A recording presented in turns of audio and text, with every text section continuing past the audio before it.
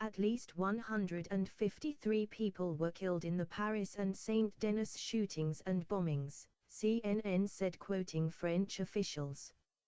AFP said more than 200 were injured, including 80 seriously, a source close to the investigation said. Reuters reported, President Francois Hollande called state of emergency in France following the unprecedented terrorist attack.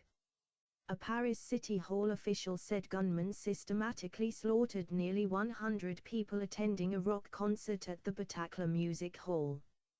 Anti-terrorist commandos eventually launched an assault on the building, killed the gunman and rescued dozens of shocked survivors.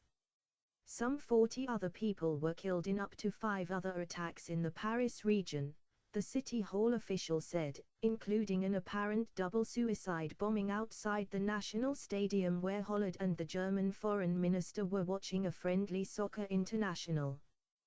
Paris public prosecutor Francois Hollande said the overall death toll was at least 120. 5 assailants had been neutralized.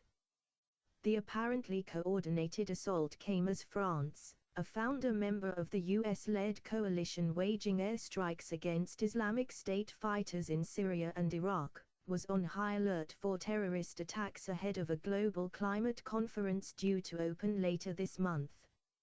After being whisked from the soccer stadium near the blasts, Hollande declared a nationwide state of emergency, the first in decades, and announced the closure of France's borders to stop perpetrators escaping. The Paris Metro Railway was closed and schools, universities and municipal buildings were ordered to stay shut on Saturday. However, some rail and air services are expected to run.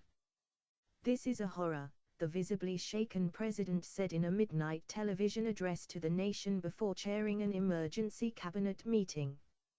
He later went to the scene of the bloodiest attack, the Bataclan Music Hall, and vowed that the government would wage a merciless fight against terrorism.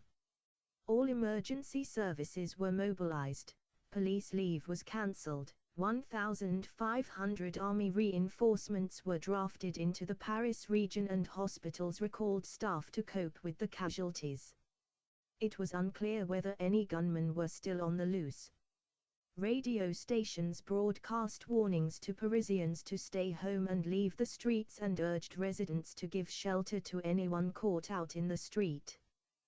The deadliest attack was on the Bataclan, a popular concert venue where the Californian rock group Eagles of Death Metal was performing. The concert hall is just a few hundred meters from the former offices of the satirical weekly Charlie Hebdo, which was the target of a deadly attack by Islamist gunmen in January. Witnesses in the hall heard the gunmen shout Islamic slogans and slogans condemning France's role in Syria. "We know where these attacks come from," Hollande said, without naming any individual group. "There are indeed good reasons to be afraid." High alert. France has been on high alert ever since the attacks on Charlie Hebdo newspaper and a kosher supermarket in Paris in January killed 18 people. Hollande cancelled plans to travel to Turkey at the weekend for a G20 summit. He called an emergency meeting of his National Security Council for 9 a.m. 0800 GMT on Saturday. U.S. President Barack Obama and German Chancellor Angela Merkel led a global chorus of solidarity with France, and UN Secretary-General Ban Ki-moon condemned the despicable attacks and demanded the release of the hostages. July Pierce, a journalist from Europe 1 Radio, was inside the concert hall when the shooting began.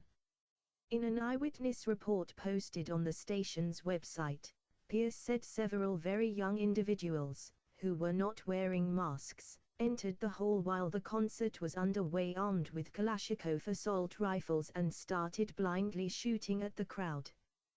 "There were bodies everywhere," he said. A 22-year-old messenger, who lives near the Bataclan, was going into the concert hall with 2 friends at around 10:30 p.m., 21:30 GMT, when he saw 3 young men dressed in black and armed with machine guns. He stayed outside. One of the gunmen began firing into the crowd. People were falling like dominoes, he told Reuters. He said he saw people shot in the leg, shoulder, back and several people lying on the floor apparently dead. There was no immediate verifiable claim of responsibility, but supporters of the Islamic State militant group, which controls swathes of Iraq and Syria, said in Twitter messages that the group carried them out. Don't forget to subscribe our channel for more updates.